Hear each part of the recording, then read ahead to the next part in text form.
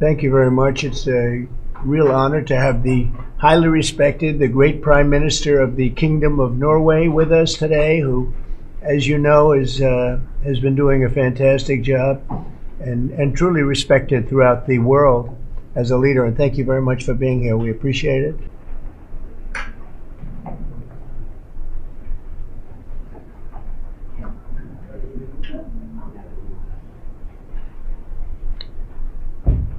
Thank you very much. It's a real honor to have the highly respected, the great Prime Minister of the Kingdom of Norway with us today, who, as you know, has been doing a fantastic job and truly respected throughout the world as a leader. And thank you very much for being here. We appreciate it. And we're going to be having a meeting in the Oval Office in a little while where you'll be invited back and you can ask some questions. It's also a pleasure to have my friend who did such a good job at NATO, my great friend, right? So you really did. We started off, they had no money, and they ended up having a lot of money after we said, you got to pay up.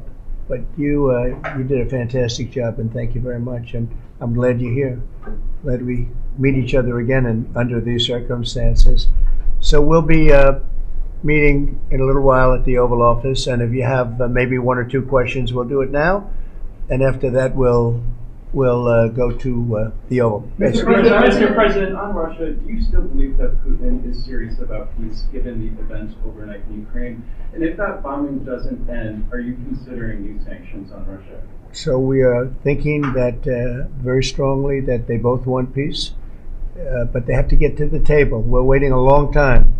They have to get them to the table, and I think we're going to get peace. We want to save 5,000 young people. I used to say 2,500. I now say 5,000.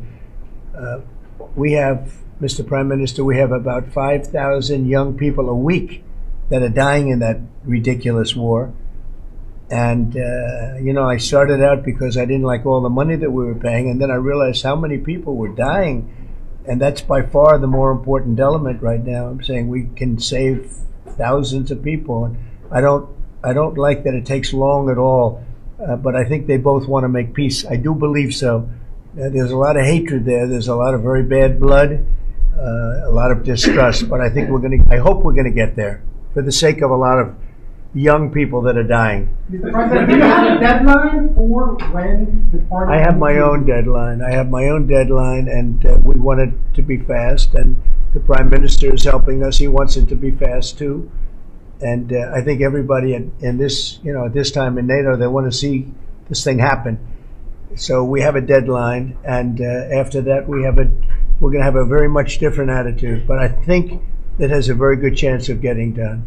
Mr. President, what can Norway do to prove that they're an important ally to the U.S.? What can Norway do to prove Just that? keep doing what they're doing. We have a very good relationship with Norway. Great leader, great people. I know many of the people in Norway, and it's truly it's an incredible country.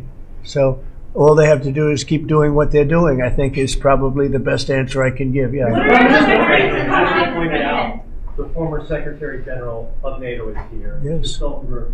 How important is the NATO defense alliance, Mr. President? Is it sacrosanct from your perspective? Well, it's a very interesting question. It's certainly very important for Europe, and I think without us it wouldn't be as nearly as powerful.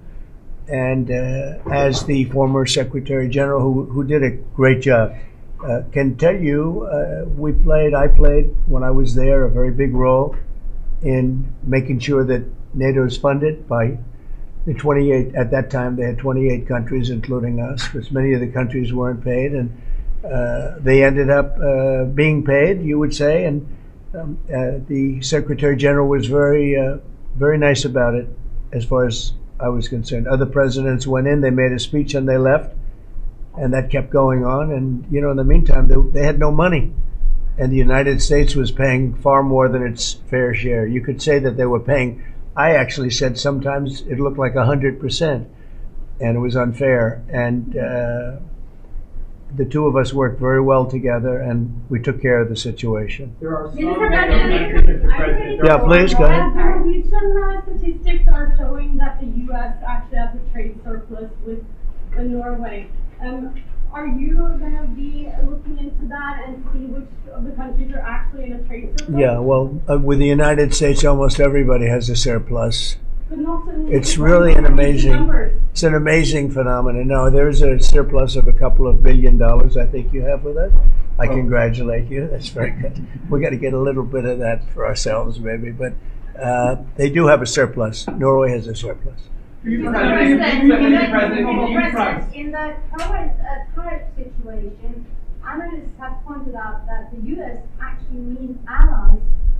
Do you consider Norway as a possible ally in this situation? I think Norway's always been an ally. They've been somebody we've been very close to, very friendly with.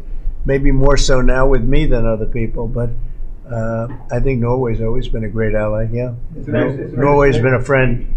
That's a very strange question, actually, because the US is our lead ally, and we build on a relationship which we will talk about now, Mr. President. Yeah. It's of high relevance. And I'm very happy that we have Secretary of State and Secretary of Defense. So this is a very strong tie. But it was a question about ally in the tariff situation specifically. Tariff situation? Yes. Oh, well, that's we're talking about a little bit different subject then. We're talking about a different type of ally. No, in this case, he would be very much inclined to be an ally of Norway because he wants to make the best business deal possible. And Norway and the Norwegians are great business people. They're great traders. They're great, very smart nation, very well-managed nation. Has been for a long time, and in particular now with this leadership. But we'll be talking about trade and other things, and I think we're going to come to a conclusion very quickly. Mr. Prime Minister, I was wondering whether you think that Donald Trump, for his effort in Ukraine and otherwise, deserves to be nominated for a Nobel Peace Prize. Well, I salute President Trump for having been taking very important initiatives to get this conflict towards an end, which both parties deserve. We need to have a ceasefire, save lives, move towards something which is more secure for Europe, for the people concerned. And on that we work together.